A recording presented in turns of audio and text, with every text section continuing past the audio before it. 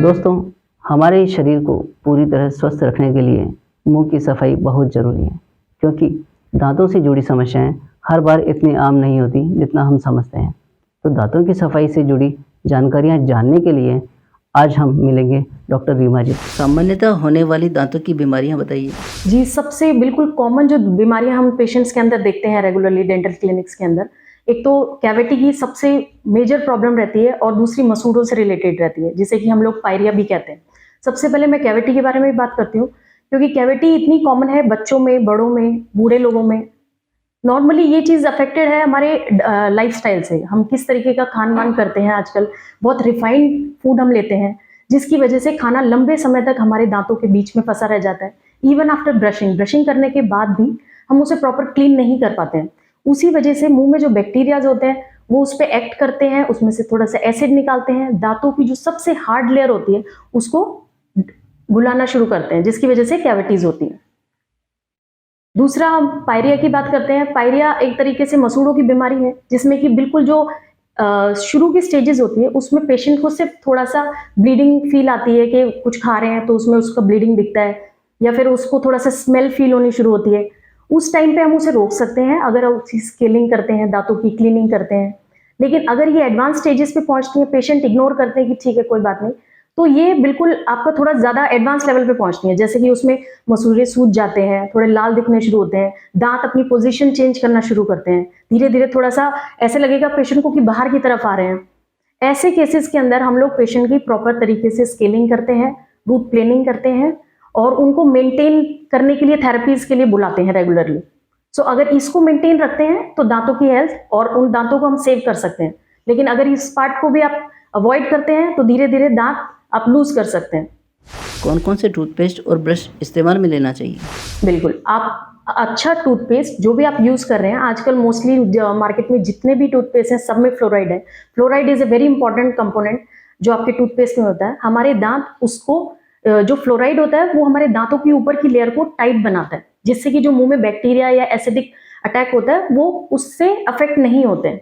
तो जो भी आपका टूथपेस्ट है, जो भी आप आजकल मार्केट में है, आप कोई भी ले सकते हैं। द थिंग इज़ दैट कि आपकी ब्रशिंग टेक्निक अच्छी होनी चाहिए। आप प्रॉपर तरीके से अगर अपने दाँत पे सही 2 मिनट का टाइम या 3 मिनट दे रहे हैं, दैट मीन्स आप प्रॉपरली हर एरिया को क्लीन कर रहे हैं।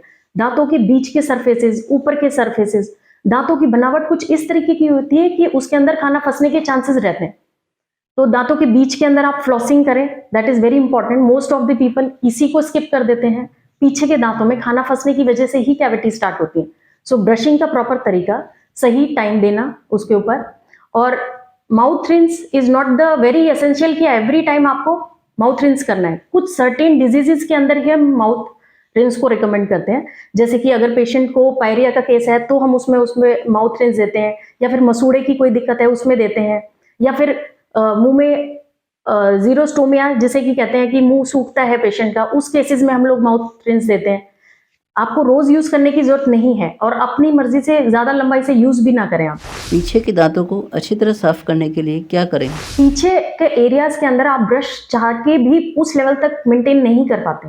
दैट इज वाई पीछे ही सबसे ज्यादा दांत में खाना फंसने की प्रॉब्लम पेशेंट्स को फील होती है। ऐसे एरियाज के लिए आप फ्लॉसिंग करें, that is a must thing. अब फ्लॉसिंग एक धागा होता है जिसे कि आप पकड़ के आगे पीछे करके दांतों के नीचे वाले एरिया या दांतों के बीच के एरिया को क्लीन करते हैं। लेकिन पीछे एरियाज में ये काफी पेशेंट्स को काफी डिफिकल्ट लगता है कि उस धागे को पकड़ के ले जाना। तो मार्केट में छोटे हैंडी पैक्स आते हैं जिसमें कि एक हैंडल होता है, थोड़ा सा उसमें धागा लगा होता है, आप इजीली उसको पीछे के दांतों में क्लीन कर सकते हैं। उसके अलावा आजकल मार्केट में वाटर फ्लॉस आ आते हैं जिसमें से पानी की एक धार निकलती है। दैट इज मोर कन्वीनियंट, ज्यादा इजी है पेशेंट्स को यूज करने के लिए। आप उसको लें, उसको ऑन करें, उसमें से पानी की एक धार निकलती है जो कि दांतों के बीच में फंसे हुए खाने को अच्छी तरीके से निकाल देती है। और ये आप घर में बड़े से लेके बूढ़ा या young person anybody can use. उसके अंदर 3-4 टिप्स आती हैं। सो उसे आप रेगुलरली यूज करें और एक बार यूज करना शुरू करेंगे आपको इतना अच्छा लगेगा कि आप you will addicted to this. हमारा खानपान कैसे हमारी ओरल हेल्थ व जनरल हेल्थ को प्रभावित करता है? बिल्कुल, हमारा जो भी खाना हम खाते हैं उसमें जितना भी न्यूट्रिशन होता है वो कहाँ से हम लोग स्टार्ट होता है, माउथ से होता है। अगर आप प्रॉपरली खाने को च्यू नहीं करेंगे तो उसके अंदर के जितने भी न्यूट्रिएंट्स हैं वो प्रॉपर तरीके से आपने एब्जॉर्ब ही नहीं किए। पेट में तो जा रहा है लेकिन वो अनडाइजेस्टेड तरीके से पड़ा रहेगा लंबे समय तक। मुंह में जो नेचर ने हमें दांत दिए हैं वो उस खाने को अच्छी तरह से ग्राइंड करके मुंह में जो लार बनती है उसके साथ मिक्स होता है। आपका फर्स्ट डाइजेशन आपके माउथ से स्टार्ट होता है, तो उसके बाद पेट में जाके उसमें और जो इंपॉर्टेंट न्यूट्रिशन होते हैं, विटामिन्स होते हैं, मिनरल्स, उनको एब्जॉर्ब किया जाता है। लेकिन अगर आपके मुंह की हेल्थ अच्छी नहीं है तो आप खाने को लंबे समय तक अच्छी तरह से च्यू नहीं करेंगे। आप सोचेंगे थोड़ा सा खाया और उसको स्वेलो कर लिया। That is a undigested food. Undigested food में से आपको वो सारे पदार्थ या सारे विटामिन्स प्रॉपर तरीके से आपकी बॉडी एब्जॉर्ब नहीं करेगी, और एक तरीके से आप, कई पेशेंट्स को ये प्रॉब्लम एसिडिटी की रहती है लंबे टाइम, और हर्ट बर्न रहता है, जलन मचती है सीने में। ये सब साइन है अनडाइजेस्टेड फूड के। सो खाने आपके ओरल हेल्थ में जो भी आपको कमी लगती है, दांत नहीं है या फिर मसूड़े या प्रॉपर चबाने की क्षमता आपको फील नहीं होती, तो अपने डेंटिस्ट को दिखाएं, उनसे चेक कराएं क्या प्रॉब्लम है, तो वो उस तरीके का इलाज करके दांतों की हेल्थ को ठीक करेंगे। मिसिंग टूथ को रिप्लेस करना कितना ज़रूरी है? मिसिंग टूथ को रिप्लेस करना बहुत ज़रूरी है। मोस्ट ऑफ द पीपल इसको इग्नोर कर देते हैं। दूसरी तरफ के दांत सही होते हैं तो वो सोचते हैं कि चलो इधर के दांतों को छोड़ देते हैं, अगर नहीं है तो दूसरी तरफ से खाते हैं। बट एक्चुअली में ऐसा करने से आपके जो दांत मिसिंग एरिया के पास के दांत हैं, धीरे धीरे वो एक दूसरे की तरफ बढ़ना शुरू होते हैं। अपनी रेगुलर जो उनको पोजीशन मिली होती है उस पोजीशन को छोड़ के वो एक दूसरे की तरफ झुकना शुरू करते हैं। उनके साथ ऊपर के जो अपोजिट दांत हैं वो भी नीचे की तरफ ग्रो करते हैं, क्योंकि उनको रोकने के लिए कोई दांत नहीं बचा है। इस तरीके से मसूड़ों की हेल्थ, आसपास की जो गम्स की हेल्थ है, वो धीरे धीरे खराब होनी शुरू होती है। और एक तरफ के दांत आपके ज्यादा घिसने, क्योंकि वहां पर प्रेशर ज्यादा आ रहा है, आप अब सब कुछ वहीं से खा रहे हैं। सो आप जल्द से जल्द डॉक्टर के पास जाएं और उस दांत को रिप्लेस कराएं। रिप्लेसमेंट के हमारे पास काफी ऑप्शंस रहते हैं। जहां भी मिसिंग टूथ है हम उन्हें दो तरीके से रिप्लेस कर सकते हैं, या तो हम उधर इम्प्लांट लगाएं और या फिर हम उसे ब्रिज से ठीक करें। इम्प्लांट एक स्क्रू की तरह होता है जिसे कि हम मिसिंग एरिया की हड्डी वाला जो पार्ट होता है उसमें डालते हैं और 3 महीने के लिए उसे छोड़ देते हैं। और उसके बाद जब वो हड्डी से अच्छी पकड़ बना लेता है, उसके बाद हम उसके ऊपर कैप लगा देते हैं, क्राउन लगा देते हैं, दांत लगा देते हैं। दूसरा ऑप्शन हमारे पास होता है ब्रिज का, जिसमें कि हम लोग आसपास के जो दांत होते हैं, जो अच्छे दांत होते हैं, हमें उन्हें काटना पड़ता है। हालांकि ये ऑप्शन अच्छा ऑप्शन नहीं है, ये कन्वेंशनल मेथड था जो पहले यूज करते थे। बेस्ट ऑप्शन इज इम्प्लांट, लेकिन सारे केसेस में हम इम्प्लांट नहीं जाते हैं। कुछ केसेस में हम लोगों को ब्रिजेस पे ही जाना पड़ता है, जस्ट बिकॉज क्योंकि कई बीमारियां ऐसी होती हैं, अनकंट्रोल्ड अगर आपकी डायबिटीज है उस केसेस में हम लोग इम्प्लांट पे नहीं जाते, या फिर पेशेंट ऑस्टियोपोरोटिक है उस पेशेंट में हम लोग ब्रिज का ऑप्शन या कोई और ऑप्शन देखते हैं। सो वो हम बिल्कुल क्लिनिकली पेशेंट को जैसे चेक करते हैं उसी हिसाब से हम लोग डिसाइड करेंगे कि कौन सा ऑप्शन उसके लिए सही और बेहतर है। कॉस्मेटिक डेंटिस्ट्री क्या है? कॉस्मेटिक डेंटिस्ट्री का वो पार्ट है जिसमें कि आपकी स्माइल को और अच्छा और खूबसूरत बनाया जाता है। अगर पेशेंट किसी वजह से अपनी स्माइल को लेके थोड़ा कॉन्शियस है, स्पेशली जो ग्लैमर वर्ल्ड में रहते हैं या मीडिया के अंदर रहते हैं, जैसे कि उनको लगता है कि उनके दांतों का कलर थोड़ा पीला है या फिर टेढ़े मेढ़े हैं, या फिर जब वो स्माइल करते हैं तो उनके गम्स बहुत ज्यादा दिखाई देते हैं, जिसे कि गमी स्माइल्स कहते हैं। इन सब का करेक्शन हम लोग कॉस्मेटिक सर्जरी के अंदर करते हैं, कॉस्मेटिक डेंटिस्ट्री में। अगर बहुत ज्यादा मसूड़े दिखते हैं तो लेजर की सहायता से हम उन मसूड़ों को थोड़ा सा ऊपर करते हैं, उनको सही प्रोपोर्शन में लेके आते हैं जो कि आइडियल स्माइल के अंदर दिखते हैं। या फिर पेशेंट के दांत टेढ़े मेढ़े हैं, उसको ठीक करने के लिए हमारे पास 2 ऑप्शंस होते हैं। ऑर्थो, जिसे कि ब्रेसेस कहते हैं, ब्रेसेस के अंदर हम लोग वायर से उसको ठीक करते हैं। और दूसरा ऑप्शन हमारे पास होता है अलाइनर्स का, जो कि एक तरीके से बिल्कुल ट्रांसपेरेंट ट्रेज होती है जो कि पेशेंट को हम देते हैं, और वो ज्यादा कन्वीनियंट है ब्रेसेस की अगर कंपैरिजन में देखा जाए तो, क्योंकि इसके अंदर आप पेशेंट किसी भी टाइम अगर किसी जगह पे जा रहे हैं फंक्शंस में तो वो उसे उतार सकते हैं, रेगुलर अपना फूड खा सकते हैं अलाइनर्स के अंदर। लेकिन ब्रेसेस में वो ऑल टाइम आपके दांत पे रहते हैं तो थोड़ा खाने पीने की काफी लिमिटेशंस हमें उन्हें बतानी पड़ती हैं, काफी चीजों में हमें उनको छाले वगैरह की भी दिक्कत रहती है। लेकिन अलाइनर्स में ये सब प्रॉब्लम्स नहीं रहती हैं, आपकी जर्नी बहुत स्मूथ रहती है दांतों को सीधा करने की। दूसरा आता है इसमें विनियर्स भी आते हैं। अगर हमारे दांत थोड़े बहुत ही टेढ़े मेढ़े हैं तो फिर हम विनियर्स का ऑप्शन लेते हैं, that is more good.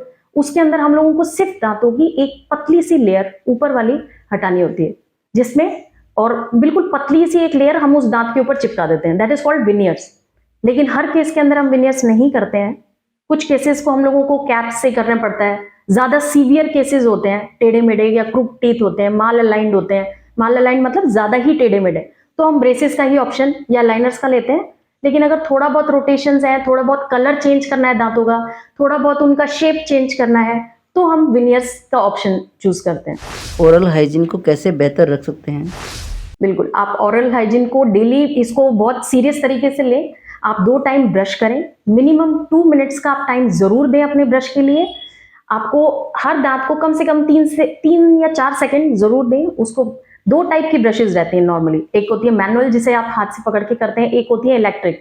Electric भी मार्केट में आती है, that is more convenient for जो छोटे बच्चे होते हैं या फिर बूढ़े लोग हैं, उनके लिए इलेक्ट्रिक ब्रशेस ज्यादा कन्वीनियंट है, बिकॉज हैंड वाली ब्रशेस के अंदर आपको काफी सारी मूवमेंट्स करनी पड़ेंगी और आपको प्रॉपर टाइम देना ही पड़ता है। तो जो यंग एडल्ट्स हैं वो ब्रशेस प्रॉपर पकड़ के उसको अच्छी तरीके से पोजीशन करें। 45 डिग्री पे आप ब्रश को थोड़ा सा टेढ़ा करके मसूड़ों की तरफ करके उसको प्रॉपर घुमा के क्लीन करें, ऊपर नीचे बाहर अंदर की तरफ से, इस तरीके से आप। और साथ में flossing is a very must thing, flossing जरूर करें। वाटर, अगर आपको वो वायर वाला अच्छा नहीं लगता तो आप वाटर फ्लॉसर्स यूज कर सकते हैं। जो भी खाना फंस रहा है that has to be remove from its place, वो अपनी जगह से हटना चाहिए। The basic purpose is this. And specially night time पे आप ब्रशिंग जरूर करें, क्योंकि यही एक टाइम होता है जिस टाइम पे फूड सबसे लंबा दांतों पे चिपका रहता है और हमारे मुंह के बैक्टीरियाज को एनफ टाइम मिलता है उस पर एक्ट करने के लिए, एसिड रिलीज करने के लिए। So night time brushing is very important. पानी अच्छा पिए, क्योंकि कई पेशेंट्स में मुंह में लार कम बनती है, that is also main reason for the cavity. So आप पानी ज्यादा पिए, और कुछ जरूरत होती है तो हम लोग कुछ माउथ रिंस भी लिख के देते हैं पेशेंट्स को, कुछ मेडिकेशंस भी बताते हैं जिससे कि लार ठीक तरीके से बनती है, क्योंकि ये एक तरीके से सेल्फ क्लीन करती है। फूड के अंदर आप रफेज आइटम्स अपने ज्यादा रखें, जैसे सैलेड्स हैं, होल फूड जो होते हैं, ये जितने भी रिफाइंड फूड्स होते हैं, ये सब क्या होता है दांतों पे लंबे टाइम तक चिपके रहते हैं। लेकिन उसकी जगह अगर आप सैलेड्स खा रहे हैं, फ्रूट्स खा रहे हैं, ये ऑटोमेटिकली उन एरियाज को क्लीन कर देते हैं। और रिफाइंड शुगर जो है आप वो थोड़ा सा कम करें अपनी डाइट में। और जैसे एसिडिक ड्रिंक्स होती हैं, जूसेस होते हैं readymade, please try to avoid them and keep it low as. दांतों से जुड़ी भ्रांतियां क्या हैं? जनरल डेंटिस्ट्री के अंदर मोस्ट ऑफ द पेशेंट जिनको कि दांत निकलवाने का किसी भी रीजन से उनका अगर दांत निकालना पड़ता है तो उनको थोड़ा सा ये डर रहता है कि पीछे के जो ऊपर के दांत हैं, जिन्हें कि अक्कल जाड़ कहते हैं, कि क्या उससे आंखों पे इफेक्ट आता है।